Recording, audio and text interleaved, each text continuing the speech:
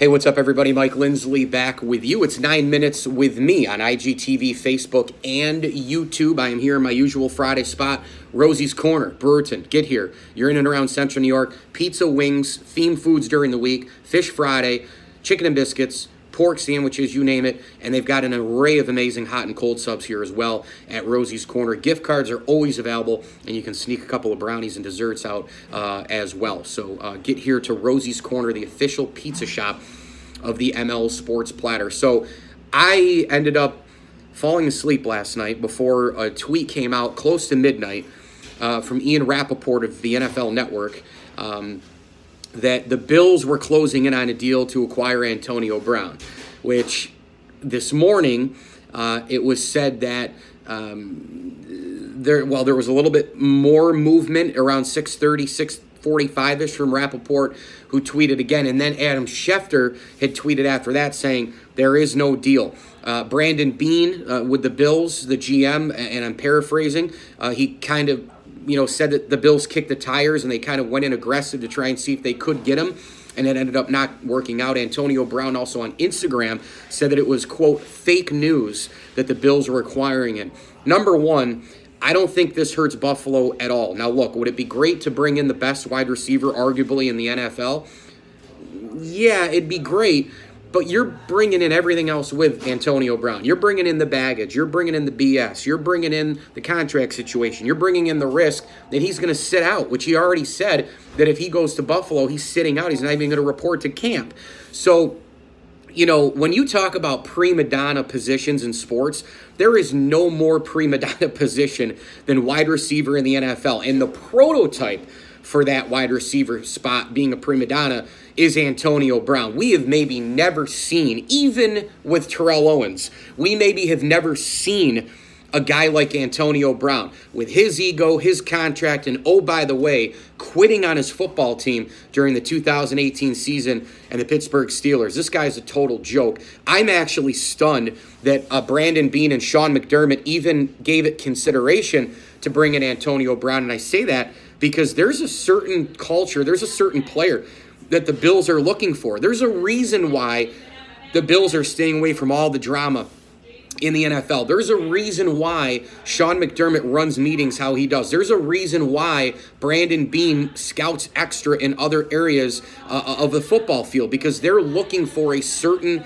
prototype player at pretty much every position, and they're hoping that all of those guys don't have drama. That's the other thing. I mean, frankly, if you go back a couple of years when the Bills got LaShawn McCoy, I feel like if it was this regime and they had an opportunity to get LaShawn McCoy, they might not have gotten him even, because LaShawn McCoy was coming with a little bit of baggage. So from the Bills' perspective, it was good to show that they're out there, that they're active, that they're thinking about all possibilities, and they obviously need weapons to surround Josh Allen. There's no doubt about that. But not the end of the world. They have about $76 or $77 million in cap space. We'll see what they do with it. They've obviously got to get more weapons around Allen, playmakers and all the rest, some offensive linemen.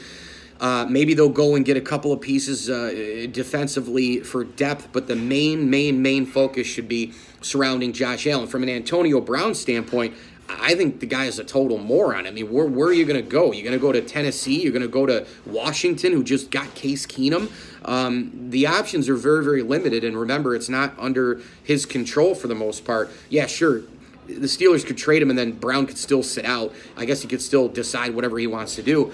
But there aren't a lot of great options, and I'm not sure that the Patriots have enough money with the cap space, and Bill Belichick wants to deal with that drama. Now, granted, having said that, the Patriots have done pretty well with drama-filled guys the last several tries. It worked out for them for a short time with Josh Gordon, ended up not working out, but then who cares? They ended up winning the Super Bowl anyway. Worked out when they had Lawrence Maroney. Worked out when they had Randy Moss. Worked out when they had Corey Dillon. I mean, it's worked out a lot with dramatic, drama-filled players. Maybe it would still work out in New England because Antonio Brown would be forced to, abide by the model of the New England Patriots. So I don't know if that's a spot that he'll go or not.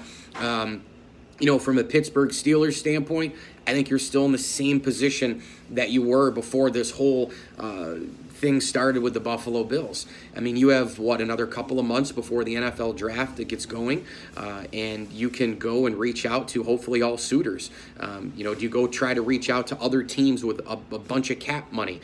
I guarantee you that the Steelers reached out to Buffalo for 3 reasons. 1, they're desperate to get help around Josh Allen. 2, the Bills have cap space. And number 3, I think that the Bills probably were a target for the Steelers because they said, oh, you know what, we're going to try to maybe send him to a place where he might be unhappy in the future and leave him out there to die. Speaking of Buffalo as a place, there's this misnomer out there where people think players are never going to go to Buffalo because Buffalo is cold. It's a shithole. There's nothing to do, blah, blah, blah, right?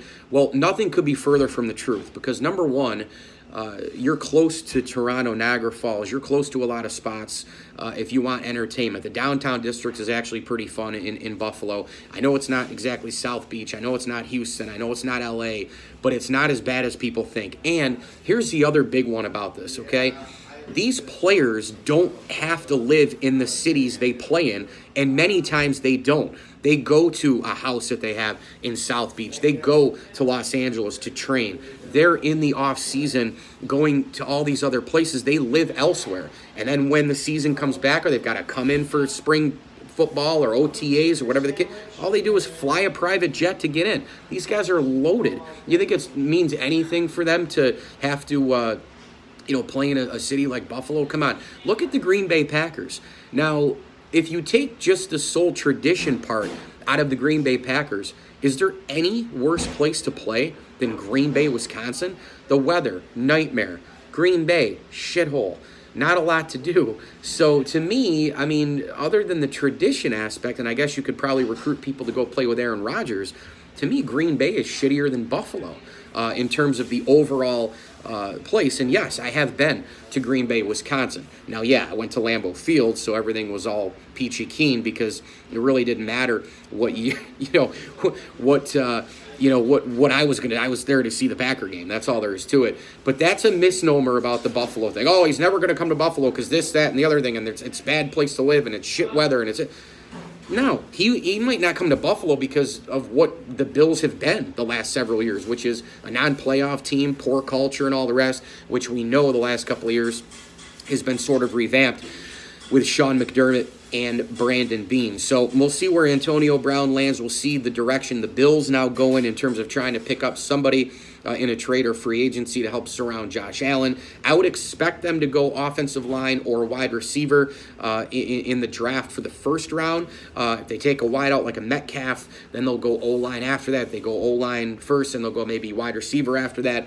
And I would just assume that they're going to stockpile up that offense and then try to get somebody in the offseason as well for a weapon or two for Josh Allen via trade or free agency using some of that cap money. Well, thanks for watching me, Mike Lindsley, here, IGTV, YouTube, and Facebook. You can hit me on Twitter at Mike L Sports. Make sure you get here to Rosie's Corner, 9689 Brewerton Road in Brewerton, New York, right off of the Bartell Road exit. They've got pizza, wings, hot and cold subs, amazing fresh salads and refreshments in the cooler, themed foods, fish Friday, chicken and biscuits, pork, you name it. This place is awesome. Thanks to Jason, thanks to Jody for having me out. And as I always tell you, enjoy the games.